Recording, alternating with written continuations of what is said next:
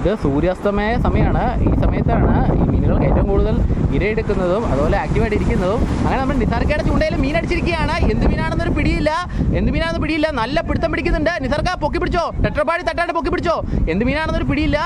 അല്പം അകലെന്നാണ് സ്ട്രൈക്ക് ഇട്ടിരിക്കുന്നത്. അൾട്രാലൈറ്റ് റോഡിലാണ് അടി പൊട്ടിയിരിക്കുന്നത്. ഏരിയാണോ ചെമ്പല്ലിയാണോ എന്നാണ് സംശയം. എന്ത് മീനാണെങ്കിലും നിസാർക്ക വിട്ടുകൊടുക്കുക ഒട്ടും ഒരുക്കമല്ല. മീൻ തൊട്ടടുത്ത് എത്തിക്കഴിഞ്ഞു. അതെ, ഓ ഏരി വെള്ളേരി, ഒന്നും പറയാനില്ല. തകർപ്പൻ വെള്ളേരി തന്നെ പൊക്കി നമ്മുടെ നിസാർക്ക കരുത്ത് കാട്ടിയിരിക്കുകയാണ്. ഇത് നമുക്ക് സാധാരണ കിട്ടാനുള്ള ഏരിയ അല്ല, വെള്ളേരിയാണ്. മച്ചന്മാരെ അൻസാർക്ക അപ്പോൾ ബെയ്റ്റ് എറിഞ്ഞിടുകയാണ്. ചെറിയ ചെമ്മീൻ്റെ പീസാണ് ഹുക്കിൽ കോർത്തിട്ടിരിക്കുന്നത്.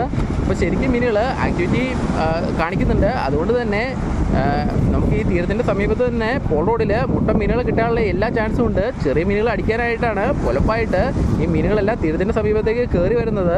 അങ്ങനെ വരുന്ന സമയത്ത് നമ്മുടെ ബെയ്റ്റ് കാണുകയാണെങ്കിൽ അവന്മാർ വിടത്തില്ല. ഫ്ലോട്ട് ശരിക്കും അടിച്ചു മീനടിച്ചു ഓടാനുള്ള അവസരം പോലും കൊടുത്തില്ല. അതിനുള്ളിൽ തന്നെ നമ്മുടെ അൻസാർക്ക് അവനെ പൊക്കിയെടുത്തിരിക്കുകയാണ്. നല്ലൊരു പട നച്ചറയാണ് കയറിയിരിക്കുന്നത്. നച്ചറുകൾ പൊലപ്പായിട്ട് തന്നെ ഇവിടെ നിന്ന് കളിക്കുന്നുണ്ട്. അതാണ് നമുക്ക് തെരുതെരു ഇപ്പം നച്ചറ അടിച്ച് കിട്ടിക്കൊണ്ടിരിക്കുന്നത്. നല്ല ഭംഗിയുള്ള മീനുകളാണ് ഈ നച്ചറുകൾ. പക്ഷേ ഇവരുടെ മുള്ളിൻ്റെ കുത്തുകൊള്ളാതെ ഇവരുടെ ഹുക്ക് പെട്ടെന്ന് നമ്മൾ റിലീസാക്കി എടുക്കണം. ഇല്ലെങ്കിൽ പണിയാണ്.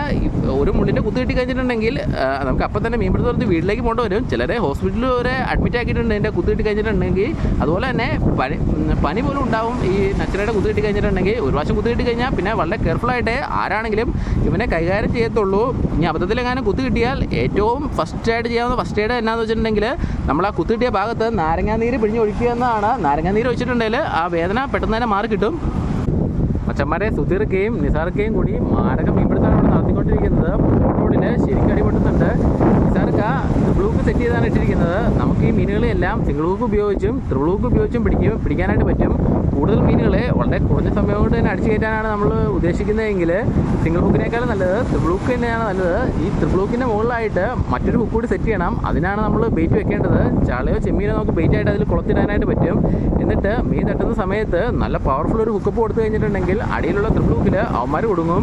വലിയ നച്ചറുകളൊക്കെയാണ് നമ്മൾ കൂടുതലും ഈ ട്രിപ്പിൾ ഹുക്കിൽ ഇവിടുന്ന് അടിച്ചു പിടിക്കാറ്. ഇങ്ങനെ അടിച്ചു പിടിക്കുന്ന സമയത്ത് ചിലപ്പോൾ ചെമ്പല്ലി വരെ ട്രിപ്പിൾ ഹുക്കിൽ വന്ന് കയറാറുണ്ട്. അങ്ങനെ നമ്മുടെ സുധീരൻ്റെ ഇവിടെ ഒരു തകർപ്പൻ നച്ചറ വന്ന് കുടുങ്ങിയിരിക്കുകയാണ്. ഒന്നും പറയാല്ല, പൊളി ഐറ്റം ഒന്നും പറയാല്ല. സിംഗിൾ ഹുക്കിലാണ് ഇത് കയറിയിരിക്കുന്നത്. സുധീരേട്ടൻ സിംഗിൾ ഹുക്കിലും അതുപോലെ തന്നെ നിസാർക്ക് ഇവിടെ ട്രിപ്പിൾ ഹുക്ക് ഇതിലാണ് അടിച്ചു കയറ്റിക്കൊണ്ടിരിക്കുന്നത്. അപ്പോൾ വലിയ നച്ചറുകൾ കയറാനായിട്ട് തുടങ്ങിയിരിക്കുകയാണ്. അടി തുടങ്ങിക്കഴിഞ്ഞാൽ പിന്നെ ഒരു രക്ഷയില്ല. മാരക അടി ഏത് നിമിഷം വേണമെങ്കിലും പൊട്ടും.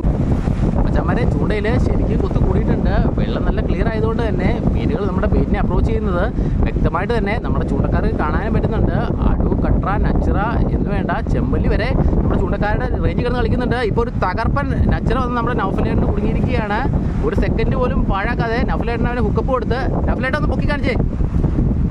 തകർപ്പൻ നച്ചറ നമ്മൾ എത്രയും പെട്ടെന്ന് തന്നെ അവനെ കവറിലേക്ക് മാറ്റുവാണ്.